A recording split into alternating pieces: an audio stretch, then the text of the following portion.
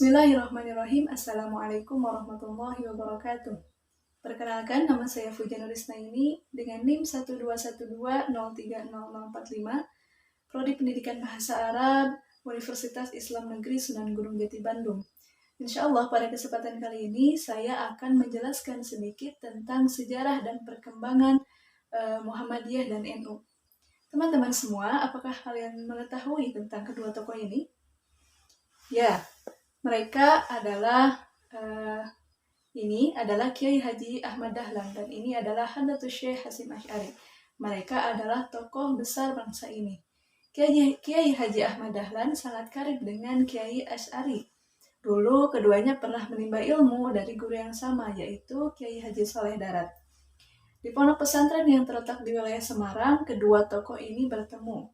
Nah, di bawah bimbingan Kiai Saleh, keduanya mencecap ilmu dari kitab-kitab karya ulama besar, mulai dari tasawuf, fikih, dan lain-lainnya. Mereka belajar di Semarang selama 2 tahun. Nah, setelah dari Semarang, Ahmad Dahlan dan Hasyim Asy'ari menuntut ilmu ke Mekah, Arab Saudi. Keduanya mendapatkan referensi ulama-ulama besar dari sang guru, yang dulunya juga belajar di sana. Nah, setelah pulang dari Saudi, Kiai Haji Ahmad Dahlan dan Kiai Hasyim Asy'ari mengamalkan ilmu yang mereka dapat. Kiai Haji Ahmad Dahlan kemudian mendirikan sebuah organisasi yang dinamakan Muhammadiyah. Sementara Hadratus Syekh Hasyim Asy'ari mendirikan organisasi yang disebut Nahdlatul Ulama. Kini, kedua organisasi itu menjadi wadah besar bagi umat muslim di Nusantara. Lalu bagaimanakah sejarah berdirinya, kemudian perkembangannya organisasi Muhammadiyah dan NU? Mari kita bersimak bersama-sama dalam video kali ini. Organisasi Muhammadiyah didirikan di Kampung Yauman, Yogyakarta pada 8 Dzulhijjah 1330 Hijriah atau 18 November 1912 Masehi oleh Muhammad Darwis yang kemudian dikenal dengan Kiai Haji Ahmad Dahlan. Dilansir dari situs resmi Muhammadiyah, setelah Kiai Haji Ahmad Dahlan menunaikan ibadah haji ke Tanah Suci pada tahun 1890 dan 1902 Masehi, beliau mulai menyampaikan ikan benih pembaharuan di tanah air. Gagasan pembaharuan itu diperoleh oleh Kiai Haji Ahmad Dahlan setelah beliau berguru kepada ulama-ulama Indonesia yang bermukim di Mekah. Melihat keadaan umat Islam pada waktu itu dalam keadaan penuh dengan amalan-amalan yang bersifat mistik, Kiai Haji Ahmad Dahlan tergerak hatinya untuk mengajak mereka kembali kepada ajaran Islam yang sebenarnya yang berdasarkan dengan Al-Quran dan Hadis. Nah, profesinya sebagai pedagang sangat mendukung, sehingga dalam waktu singkat ajakannya menyebar keluar kampung, kauman, bahkan sampai keluar daerah dan bahkan sampai keluar Pulau Jawa. Nah, ternyata ada hubungan baik antara Kiai Haji Ahmad Dahlan dan Budi Utomo. Kelahiran Muhammadiyah sebagai sebuah organisasi untuk mengaktualisasikan gagasan-gagasannya merupakan hasil interaksi antara Kiai Haji Ahmad Dahlan dengan teman-temannya dari Budi Utomo.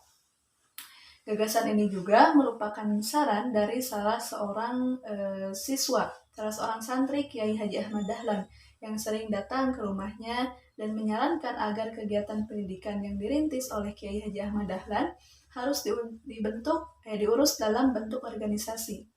Nah, nama Muhammadiyah sendiri pada mulanya diusulkan oleh kerabat dan sekaligus sahabat Kiai Haji Ahmad Dahlan yang bernama Muhammad Sangidu.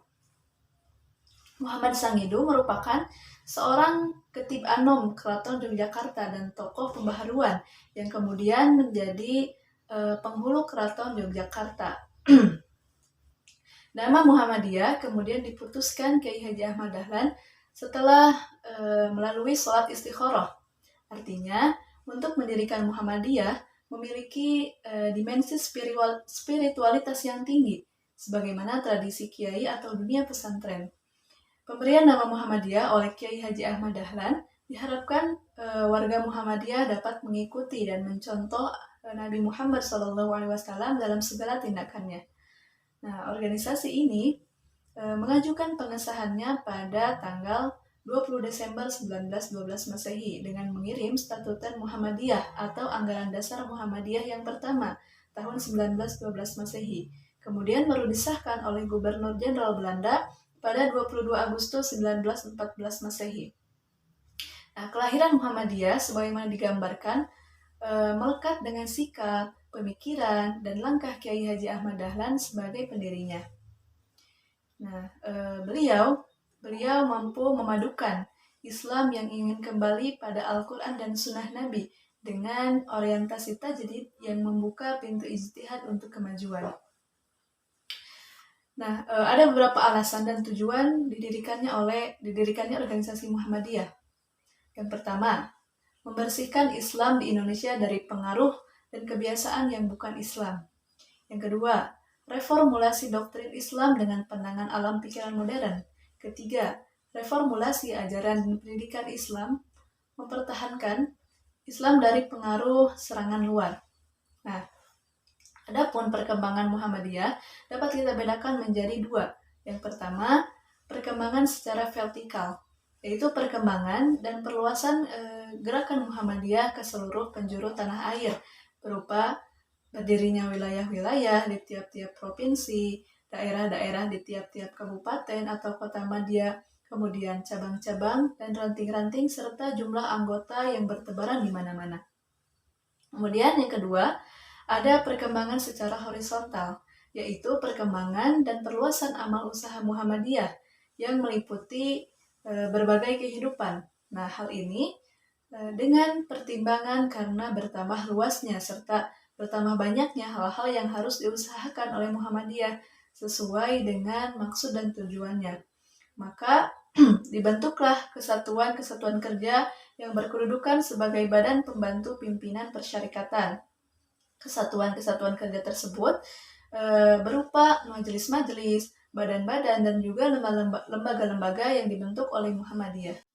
Nah, itulah sejarah berdirinya dan juga sejarah perkembangannya organisasi Muhammadiyah. Lalu bagaimanakah sejarah berdiri dan juga perkembangan Nahdlatul Ulama di Indonesia? Dilansir dari laman nu.org.id, berdirinya organisasi Nahdlatul Ulama merupakan respons dari berbagai problem keagamaan, peneguhan mazhab, serta alasan-alasan kebangsaan dan sosial masyarakat.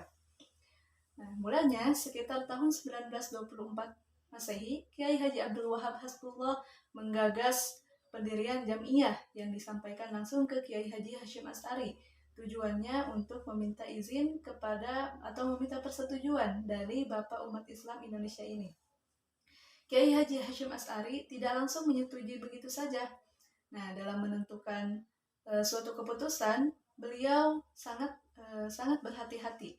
Kiai Haji Hasyim Asy'ari akhirnya melakukan sholat istikharah untuk meminta petunjuk kepada Allah Subhanahu wa Ta'ala. Nah, selain itu, Kiai Haji Hasyim Asy'ari juga mengkaji secara mendalam tentang organisasi yang akan berdiri itu. Nah, petunjuk istikharah Kiai Haji Hasyim Asy'ari tidak jatuh di tangannya untuk mengambil keputusan, melainkan diterima oleh Kiai Haji Khalil Bangkalan yang merupakan guru dari Kiai Haji Hasyim Asy'ari dan Kiai Haji Abdul Wahab Hasbullah. Nah, dari petunjuk tersebut, akhirnya organisasi NU berdiri. Lika-liku lahirnya NU tidak banyak bertumpu pada perangkat formal sebagaimana organisasi lainnya.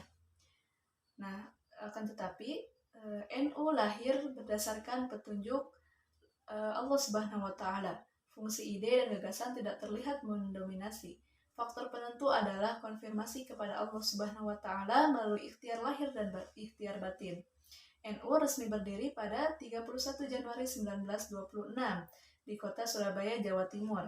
Organisasi NU bergerak di bidang keagamaan, pendidikan, sosial, dan ekonomi. Dalam penerapannya, baik berpikir maupun bertindak, organisasi ini merujuk kepada Kitab NU yang terdiri dari Kitab Qanun Asasi dan Kitab I'tiqad Ahlus Sunnah wal Jamaah. Kitab tersebut dirumuskan oleh Kiai Haji Hasyim Asy'ari.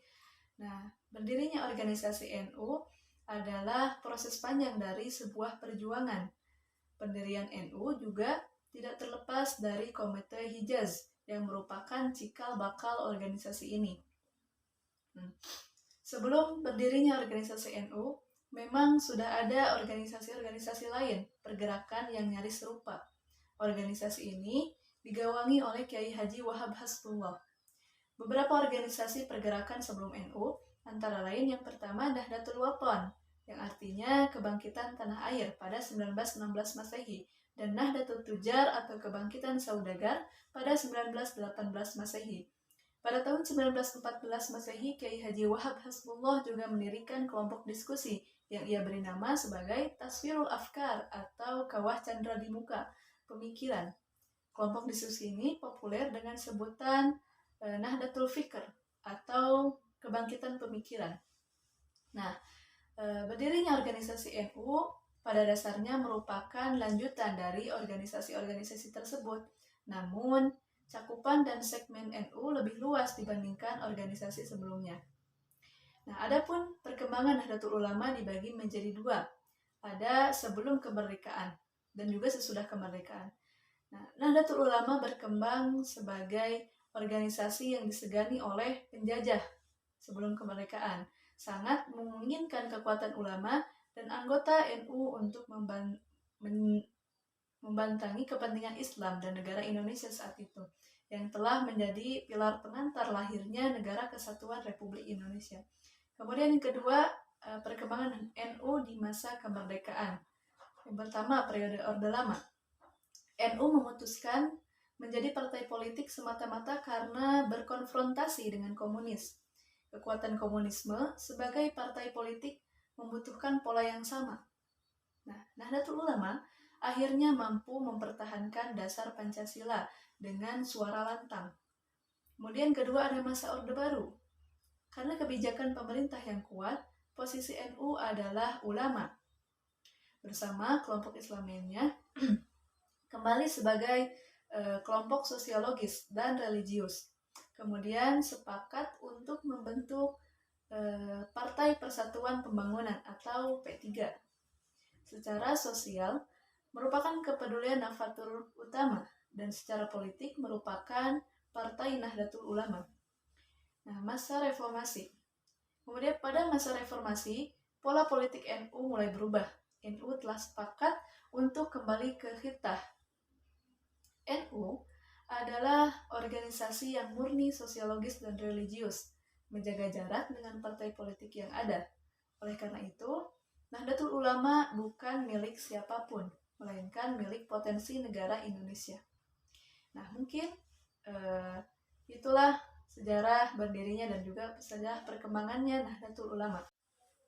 Alhamdulillahirrabbilalamin, telah kita bahas bersama mengenai sejarah berdirinya dan juga perkembangan dua organisasi besar di Indonesia, yakni Muhammadiyah dan Nahdlatul Ulama. Mudah-mudahan dengan video ini bisa menambah pengetahuan juga wawasan kita mengenai organisasi terbesar di Indonesia ini, yaitu Muhammadiyah dan juga Nahdlatul Ulama. Mungkin cukup sekian yang dapat saya sampaikan. Mohon maaf bila banyak kekurangan. Billahi taufiq wal hidayah. Wassalamualaikum warahmatullahi wabarakatuh.